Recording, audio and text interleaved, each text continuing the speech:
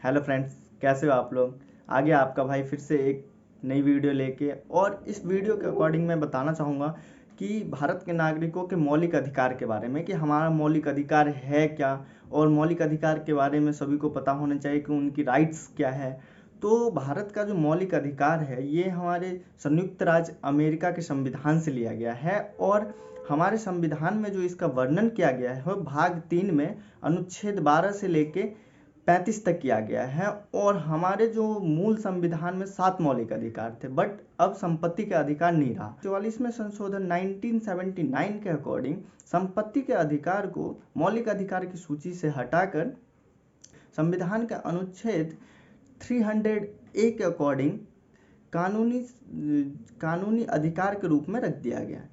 और इसके अकॉर्डिंग अगर देखा जाए कि हमारे जो संवैधानिक अब जो आधार पे जो हमारे मौलिक अधिकार हैं ये अब 6 बचा है। तो 6 कौन कौन से मौलिक अधिकार हैं हमारे। और अब देखते हैं कि समानता का अधिकार कहाँ से कहाँ तक है। तो समानता का जो अधिकार है वो आर्टिकल 14 से लेकर 18 तक बताया गया है। और स्वतंत्रता का अधिकार जो है वो 19 से लेकर 22 तक बताया गया है। इसी प्रकार जो हमारा है वो शोषण के विरुद्ध अधिकार, तो शोषण के विरुद्ध अधिकार कहाँ से कहाँ तक बताया गया है। तो ये अनुच्छेद 23 से लेकर 24 तक बताया गया है। उसके बाद आ जाता है कि धार्मिक स्वतंत्रता का अधिकार कहाँ से कहाँ तक बताया गया। तो ये हमारे 25 से लेके 28 अनुच्छेद तक धार्मिक स्वतंत्रता के बारे में बताया गया है। उसके बाद आ जाता है सांस्कृतिक एवं शिक्षा संबंधित अधिकार जो है वो हमारे आ जाते हैं 29 से 30 के अकॉर्डिंग। और देन हमारा छठा जो बचता है वो आ जाता है संवैधानिक अधिकार, तो वो हमारे आर्टिकल 32 के अकॉर्डिंग बताया गया है।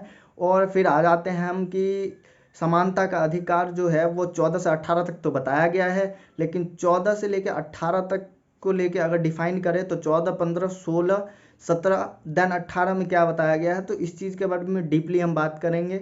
आप लोग ऐसे ही बने रहे आगे वीडियो में। और इस टॉपिक पे हम आज डिटेल में बात करने वाले हैं कि हमारे जितने भी मौलिक अधिकार हैं वो क्या है, एक एक अनुच्छेद में कौन सी चीज़ के बारे में बताया गया है। तो डिटेल में बात करेंगे आज हम इस पूरे मौलिक अधिकार के ऊपर, इसीलिए पूरे वीडियो में आप बने रहे। अब जैसे बात करें समानता का अधिकार के बारे में, तो समानता का अधिकार के बारे में बात करें तो अनुच्छेद जो है वो 14 से 18 तक बताया गया समानता के बारे में। बट अगर हम यहाँ देखें कि अनुच्छेद 14 के अकॉर्डिंग क्या कहा गया है, तो यहाँ 14 के अकॉर्डिंग ये चीज़ कहा गया है कि विधि के समक्ष समानता, कानून के समक्ष समानता। तो कानून के समक्ष समानता मतलब जो भी कानून बनेगा वो सभी के लिए एक ढंग से अप्लाई होगा और सभी के लिए बराबर, ना किसी के साथ भेदभाव, एक समान अप्लाई होगा सभी के लिए, जो भी कानून अप्लाई होगा वो।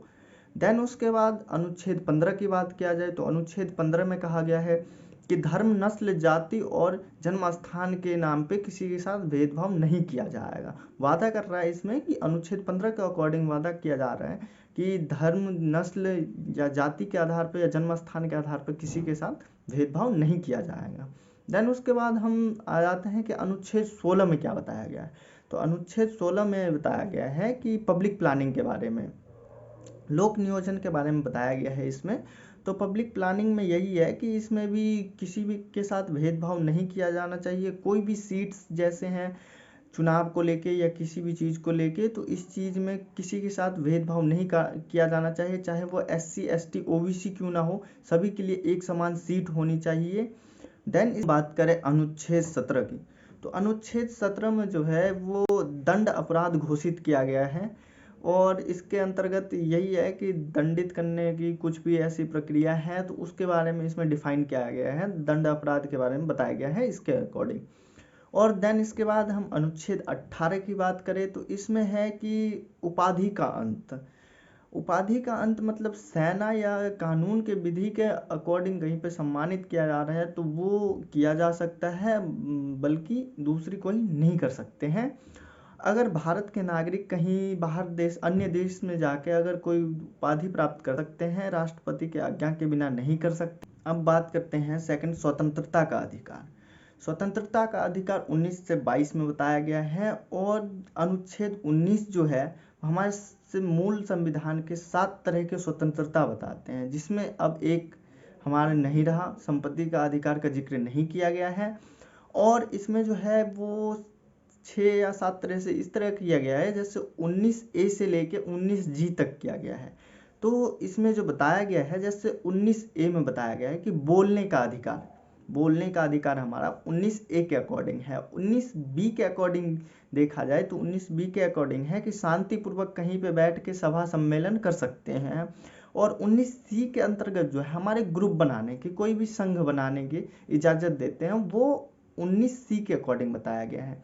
और 19D के अकॉर्डिंग जो बताया गया है कि देश आवागमन कर सकते हैं, मतलब कहीं भी हम जा सकते हैं, इसके लिए कोई आपत्ति नहीं है 19D के अंतर्गत।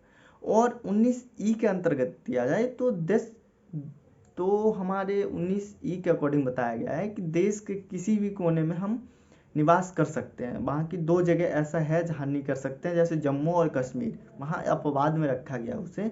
फिर जो है 19F में वही आ जाता है हमारा संपत्ति का अधिकार को लेके, तो इसे 44 में संशोधन के अकॉर्डिंग हटा दिया गया था, मतलब उसे कानूनी अधिकार के रूप में रख दिया गया था। देन हम आ जाते हैं 19G के अकॉर्डिंग, हमारा ये है कि कोई भी व्यक्ति पूरे इंडिया में कहीं भी व्यापार या जीवन यापन के लिए कहीं भी कुछ कर सकते हैं, पूरे ऑल ओवर इंडिया में। इसके लिए उसे किसी भी चीज़ के लिए नहीं रोका जाएगा, व्यापार या जीवन यापन करने के लिए जो भी कुछ करें हम वो चीज़ करने के लिए।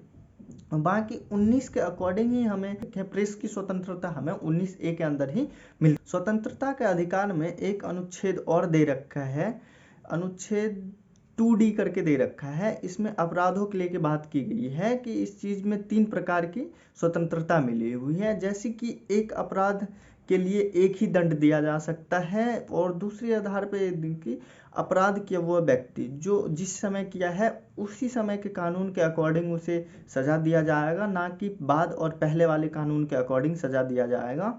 देन उसके बाद जो आ जाता है कि अपने आप के अगेंस्ट न्यायालय कोई जोर ज़बरदस्ती नहीं कर सकता उसे गवाही देने के लिए।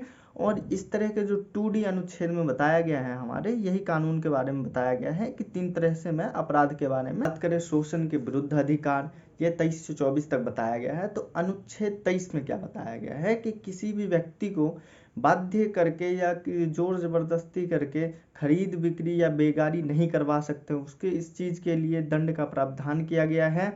और अगर राष्ट्र की सेवा के लिए किया जाए तो ये बाध्य कर सकते हैं, अगर ज़रूरत पड़ने पर राष्ट्र की सेवा करने के लिए हो सके तो ये इस चीज़ के लिए बाध्य किया जा सकता है।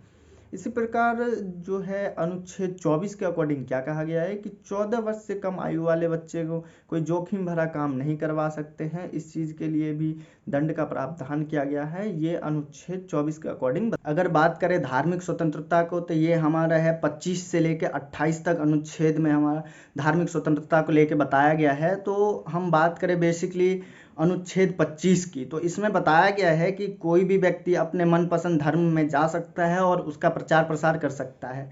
देन आ जाते हैं हम अनुच्छेद 26 पे।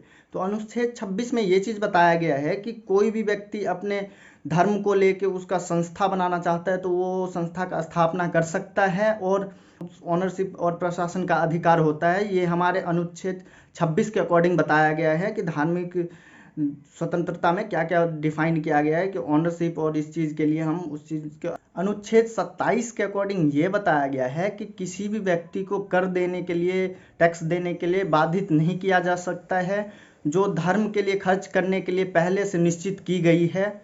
और अनुच्छेद 28 के अकॉर्डिंग बताया गया है कि किसी भी शिक्षा संस्थान में विद्यार्थियों को बाध्य नहीं किया जाएगा, शिक्षा नहीं दी जाएगी।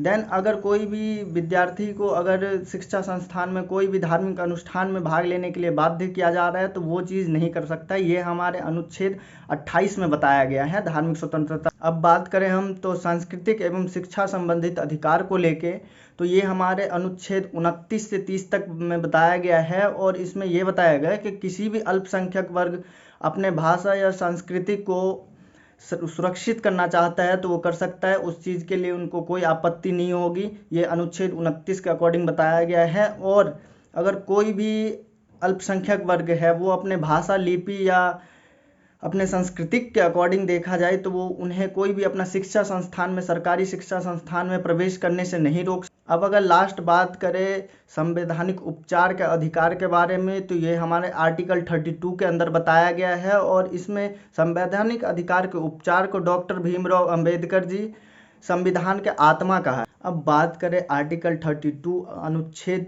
32 को लेके, तो अनुच्छेद 32 में बताया गया है कि मौलिक अधिकार को प्रमोट करने के लिए, इनको बढ़ावा देने के लिए जो हमारे जितने भी समुचित कार्यवाहियों के द्वारा सुप्रीम कोर्ट में आवेदन अधिकार प्रदान किया गया। इस संदर्भ में हमारे सुप्रीम कोर्ट को 5 तरह की राइट्स निकालने की शक्ति प्रदान की गई है, जिसमें है बंदी प्रत्यक्षीकरण, परमादेश, प्रतिषेध लेख, उत्प्रेषण, अधिकार परीक्षा लेख। ये जो हमारे 5 राइट्स हैं वो सुप्रीम कोर्ट को इस चीज़ का, ये 5 जो राइट्स हैं वो हमारे सुप्रीम कोर्ट को संवैधानिक उपचार के अधिकार के अकॉर्डिंग मिला हुआ है। और ये चीज़ हमारे जो सुप्रीम कोर्ट है, ये राइट्स शक्ति उन्हें प्राप्त है और ये चीज़ वो कभी भी निकाल सकते हैं 32 के अकॉर्डिंग। नेक्स्ट, अगर इस वीडियो में कोई भी चीज़ त्रुटि हो, कोई चीज़ समझने में प्रॉब्लम हुई हो या आगे इस राइट्स के बारे में और भी कुछ जानना हो, तो वो कमेंट सेशन के अकॉर्डिंग आप बता सकते हो मेरे को। बाकी आप लोगों को बहुत बहुत धन्यवाद। Bye bye, take care.